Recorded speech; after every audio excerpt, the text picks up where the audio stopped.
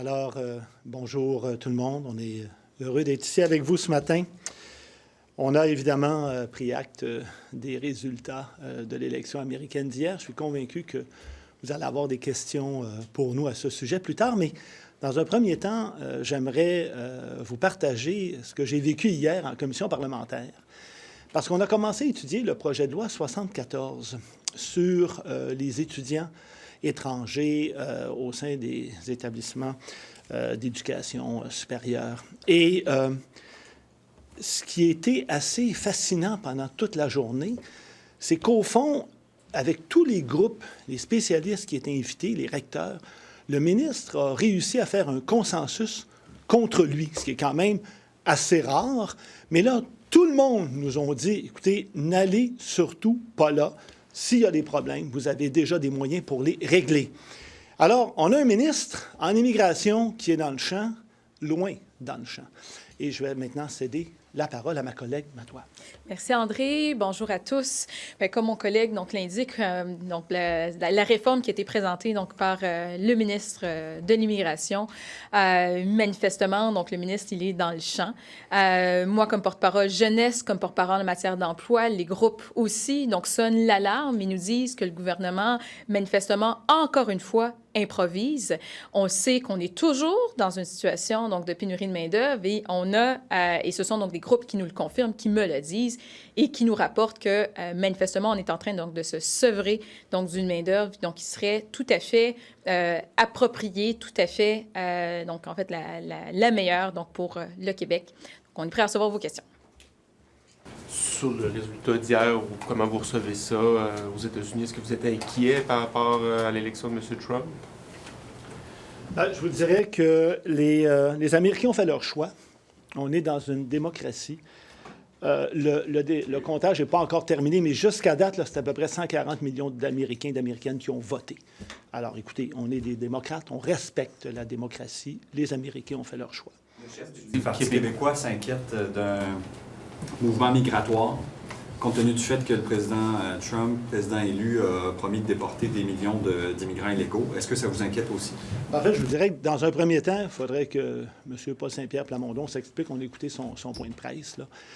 Attendons pour voir. Il est exact que M. Trump, en campagne électorale, a promis une déportation massive, mais écoutez, les Américains, là, on travaille avec eux au Québec, au Canada, depuis des décennies. Alors, attendons. Soyons je vous dirais, prudents avant de lancer des éléments qui pourraient justement créer plus d'incertitude que d'autres choses. Vous doutez que cette opération de déportation-là se produise dans les faits? Bien, en fait, ça, il faudra voir. Écoutez, M. Trump est le président élu. On verra ce qu'il va faire avec son administration. Moi, ce que je peux vous dire par ailleurs, c'est qu'il y a quand même présentement des mécanismes en place, que ce soit au Québec, au Canada ou aux États-Unis, pour, évidemment, contrôler puis assurer la protection de notre frontière. Pardon? Quel mécanisme pourrait servir de contrer un afflux migratoire comme celui-là? Bien, écoutez, d'abord, il y a présentement des forces de l'ordre au Québec, au Canada et aux États-Unis qui patrouillent la frontière, là. Alors, ça, c'est très clair. En plus, il y a des mécanismes dans les aéroports. On a vu qu'il y avait un flux migratoire avec le chemin Roxham. Le chemin était fermé. On a vu maintenant qu'il y a un apport d'immigrants dans les aéroports. Mais dans les aéroports, là, il y a quand même une capacité limitée dans les avions. Il y a des mécanismes qui sont en place dans les aéroports pour contrôler l'afflux d'immigrants. Alors, soyons prudents à ce niveau. Parlons des faits probants. Vous voulez reprendre le titre de parti de l'économie, parti de rigueur budgétaire. Ce qui est probant, c'est qu'il va y avoir des hausses de tarifs douaniers. Qu'est-ce qu'un parti libéral au pouvoir ferait pour contrer ça en 2026? Bien, je vous dirais que ce qui est important à ce niveau-là, c'est de s'assurer que le Québec va tout mettre en place pour travailler avec les différents États américains, avec le gouvernement américain, pour évaluer l'impact et faire comprendre l'importance de nos deux économies. D'ailleurs, à ce niveau-là, le gouvernement fédéral... Des employés dans les délégations du Québec qui sont très actifs depuis janvier dernier. Là. Donc, il y a déjà du lobby qui se fait aux États-Unis pour sensibiliser les gens au fait que nos deux économies sont interreliées. Qu'est-ce qu'on fait de plus? Et il est bien qu'il en soit ainsi. Il y a aussi un groupe de travail canadien qui a eu un nombre de rencontres très importantes avec le gouvernement américain pour s'assurer qu'il y aura une fluidité dans nos échanges commerciaux, évidemment, compte tenu de ce changement d'administration. Je ne sais pas si tu veux rajouter. Oui, bien en fait, la seule chose que je rajouterais, vous l'avez mentionné comme partie de l'économie, c'est que nous, il faut qu'on soit capable donc, de protéger, définitivement donc, de défendre les intérêts du Québec, mais s'assurer qu'en matière donc, d'exportation, qu'on continue donc, de maintenir donc, des flux donc, d'exportation donc, assez importants. On sait que c'est notre premier partenaire d'affaires, c'est le premier donc, marché donc, sur lequel donc, nos biens se retrouvent. Donc, pour nos producteurs, donc, pour nos manufacturiers et exportateurs ici au Québec, donc nous, comme partie de l'économie, donc, on va s'assurer, donc, en fait, ce qu'on demande, c'est que le gouvernement, donc, maintienne des canaux de communication ouverts, prenne acte, oui, des résultats électoraux et, donc, des promesses, donc, plutôt protectionnistes, donc, de la part, donc, d'une éventuelle administration Trump. Mais certainement, donc, nous, on va s'assurer, donc, de maintenir nos exportations et que nos manufacturiers exportateurs, donc, ne soient pas trop touchés par les nouvelles politiques éventuelles qui seraient mises en place. Est-ce qu'il y a des secteurs pour lesquels vous êtes particulièrement inquiet? La foresterie, même la filière batterie, par exemple. Est-ce que vous avez analysé les conséquences potentielles de tarifs douaniers comme ceux que veut imposer M. Trump? Bien, c'est sûr. Bien, là, vous parlez, donc, par exemple, donc, de la filière batterie. Donc, s'il s'agit, donc, effectivement, donc, d'un secteur que nous allons, donc, garder, donc, sous la loupe. Comme je l'ai mentionné, donc, pour nous, donc, l'important, donc, bon, c'est défendre, donc, les intérêts du Québec en matière économique.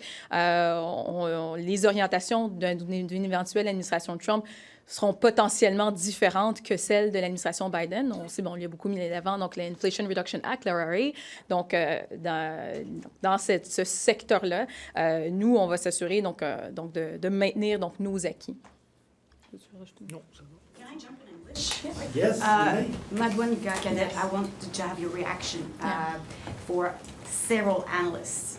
Americans were not ready for a woman to run the USA. Are you disappointed? I mean, I'll tell you honestly, of course, as a woman, I am a little bit disappointed. I was there in 2016, right? I was a student in the United States in 2016, and I chose to study in the U.S. in 2015, thinking that, well, it's great. I'll be there for the election of the first woman president. That was one of the reasons that motivated my choice to study there among the different offers that I received. So, of course, we always want to break as women in politics. We're always excited when that glass ceiling can be broken anywhere else in the world, like whether in Quebec and Canada, but of course in the United States and the first power in the world. So of course, as a woman, I would say that it is a little bit disappointing.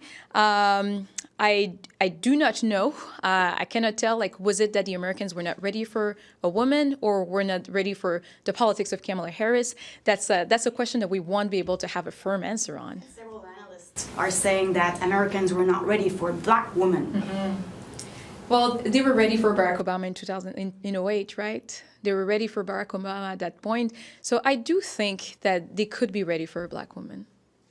Are you at all concerned that the last time we saw, Donald Trump win a U.S. election, we saw some of the divisive politics come across the border here in Quebec? Are you at all concerned that, tensions will rise here as a result of the election? Well, I think that it is our job as politicians here to be able to make sure that this doesn't happen. Like here, that there's no tension that crosses along the border, that crosses the border here. So I'm a very optimistic person in general. I'm very hopeful. I think that in Quebec, of course, a lot of people maybe can be surprised about the election results in the United States, but I'm convinced that things will remain calm here. We're already hearing from the Parti Québécois saying that they're concerned that this will lead to sort of mass migration into Quebec because Donald Trump is cracking down on immigration, and he feels that a lot of those people will come across the border here. What do you make of those concerns? Well, I do think that Paul Saint-Pierre Plamondon has to explain himself further, like what's the data that makes him say these things. But on our end, like of course, like we will, like the important thing that is that we think at the Quebec Liberal Party is to make sure that we keep open channels of communications with the United States. That we and we know that there are already things that are set up to protect the border. My colleague André Morin just told it that just mentioned it in French, and we will look into that, but we're convinced that we have all the tools like in our hands to be able to protect our borders effectively right now. We know that Madame Biron said it last week. Mr. Legault was worried about winds of protectionism coming north, and Madame Biron said that the government has deployed its delegates in the states to sort of counter the effects of protectionism. What do you think Mr. Legault needs to do in terms of protecting the economy, trade? And do you think the government's doing enough on that front for both of you? Mm-hmm. I think that this is definitely like a good first step. Like, it did the right thing to make sure as we said, to open the channels of communications with the United States on this end, to ensure that the wave of protectionism that we're seeing from both parties, really, from both the Democrats and the Republicans in their platforms, that doesn't affect us too much. We do think that we will have to work with the Quebec government would definitely have to work with the Trump administrations in different states as the results are coming in for the different, the Senate and the congressional elections as well. But it's definitely like a good first step to ensure that we keep not only just like protecting our needs, but also ensuring that there is a good eyesight on what is it that Quebec can produce and what is our added value for the American consumers. 70% of what Quebec makes is exported to the States, so you see a risk with if more protectionism comes up. There is a risk, but because, as I said to another question, like, it is our first partner, right? It's like we are a province that exports, and they're our first partners. So there are a lot of manufacturers right now in different industries that maybe are waking up to this election with different worries regarding their own ability to be able to export their different products. It obviously, like, it will remain our first economic partner, but we, as a province, and what the Legault government needs to do is to ensure that the channels of communication remain open, that we market our Quebec products like in the U.S., and that we ensure that to preserve the market shares that we have in that market. I don't know if you want to add. And if I may, Mr. Legault should be proactive on that field. Our economy depends on also the U.S. economy, and Mr. Legault must also keep the communication channels open with the governors of the state around Quebec. You have the federal administration, but you have also the governors in the state. So that is very important. And in addition, the Canadian government is already working with a task force to enter into a very specific negotiation with the U.S. in order to reduce the impact of what you've just mentioned. So Mr. Legault will also have to work with the Canadian government to make sure that they won't have a significant impact on the Quebec economy, and us as the Quebec Liberal Party will certainly look at it very closely. Oui, en français. Bien sûr. Vous avez dit que vous avez étudié aux États-Unis. Bien sûr. Et la perspective, justement, d'avoir une présidente noire à la tête des États-Unis qui ne s'est pas réalisée. Donc, j'aimerais vous entendre là-dessus. Bien, c'est certain que, ce que je disais un peu plus tôt en anglais, donc moi, en 2016, donc, j'étudiais aux États-Unis. J'ai fait le choix, parmi les différentes offres que j'avais, donc d'étudier, donc de faire ma maîtrise en politique publique à Washington, en disant que j'allais vivre un moment historique en étant là pour l'élection d'une première femme à la tête des États-Unis. Manifestement, donc, c'est pas ça qui s'est produit. Donc, moi, j'ai vécu l'élection de 2016 sur place, près de la Maison-Blanche.